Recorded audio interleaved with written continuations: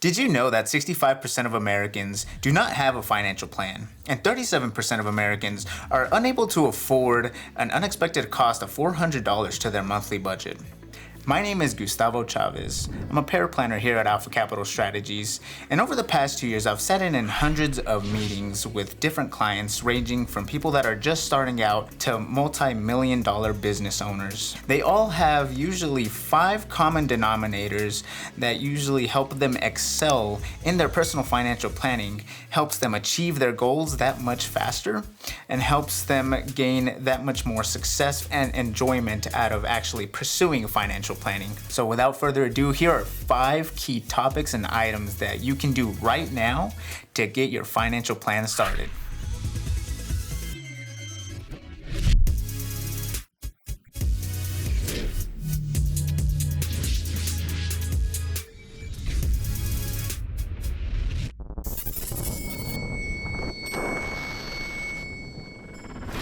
Number 1 is setting clear financial goals.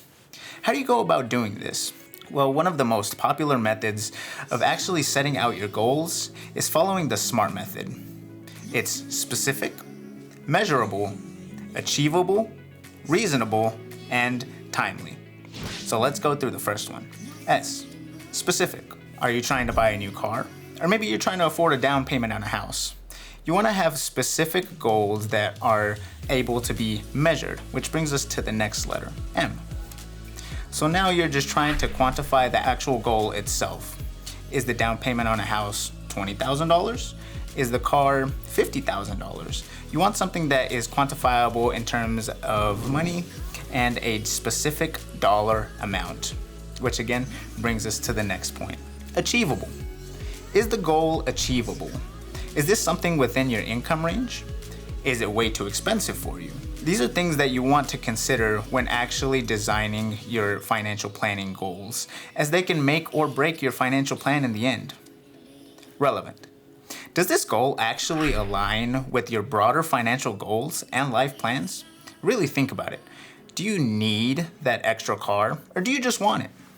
Either one is fine. We just need to have an actual reason for why we're achieving it. And as long as that goal itself is achievable, then it's fine with us. And finally, time bound. When do you want to actually achieve this goal? Is it 6 months, a year, 5 years, 10 years? As long as you have a specific time frame, then it all falls into line. So again, just having a clear time horizon on your actual goal will help you go a long way in your financial plan.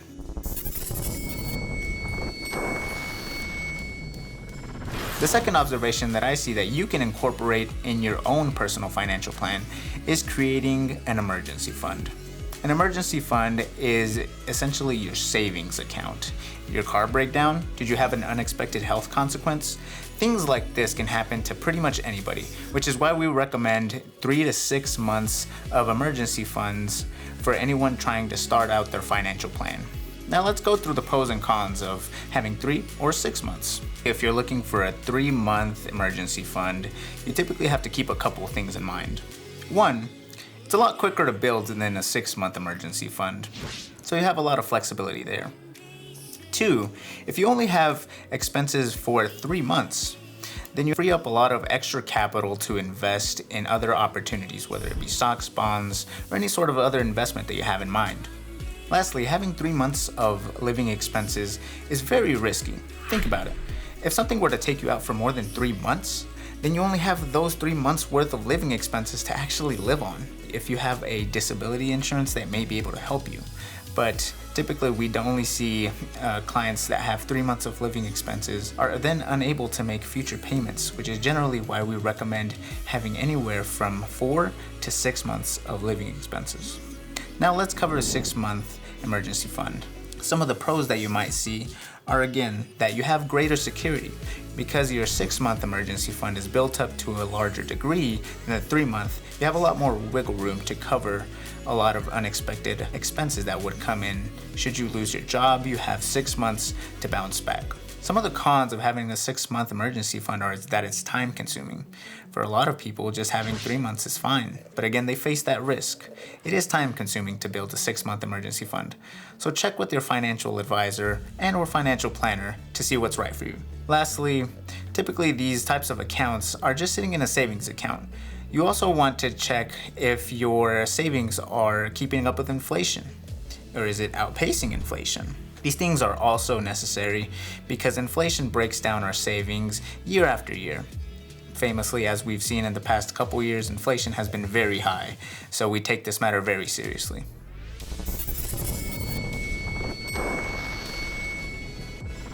The third observation that I see everyone can incorporate in their own financial plan is investing early. Now let's dive into that. Taking advantage of your early years and investing in the market early on can really help you build up your retirement account a lot more than, say, if you were 25 versus 35 and starting to invest. Typically that happens with compound interest.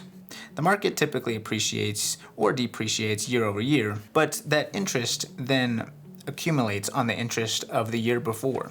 If you're 25 years old and starting out to invest versus a 30-year-old, you have 5 extra years of investing in the stock market, which can help a lot in terms of returns.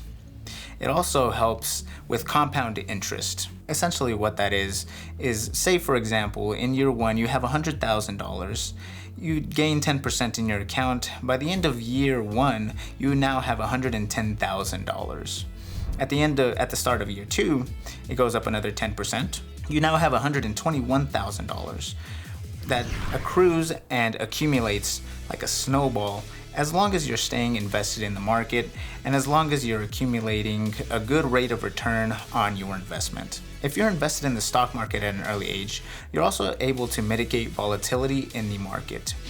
Over a long period of time, the market experiences significant volatility, but over a 10-year average, and even longer than that, typically the market does not see any negative down years, and it's very rare that we see them. All I'm trying to say here is that if you have 40 plus years invested in the market, over time, your volatility in your portfolio will drop significantly versus that of a person that is only invested for 10 years. Lastly, starting to invest early also helps you build a disciplined approach to investing.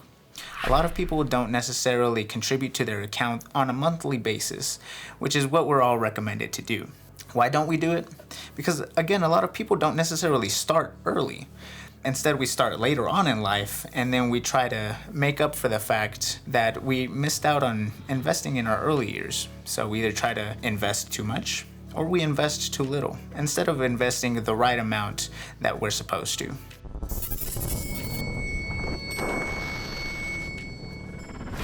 The fourth observation that I see that a lot of people can incorporate in their own financial plan is creating cash flow. Creating cash flow can mean a lot of different things to a lot of different people. So let's break down what it actually means. Essentially, it means generating any passive or ongoing recurring monthly income to your own budget that can come from multiple different locations and investments. For example, are you a real estate investor? Then look into a rental property that generates income for you. Or do you have more of an entrepreneur bent? Then think about starting your own business that either generates passive income or active income, depending on how active you want to be on the business yourself. All these methods of generating cash flow can help you generate the cash needed to help you achieve your financial goals and help you get where you want to be in life.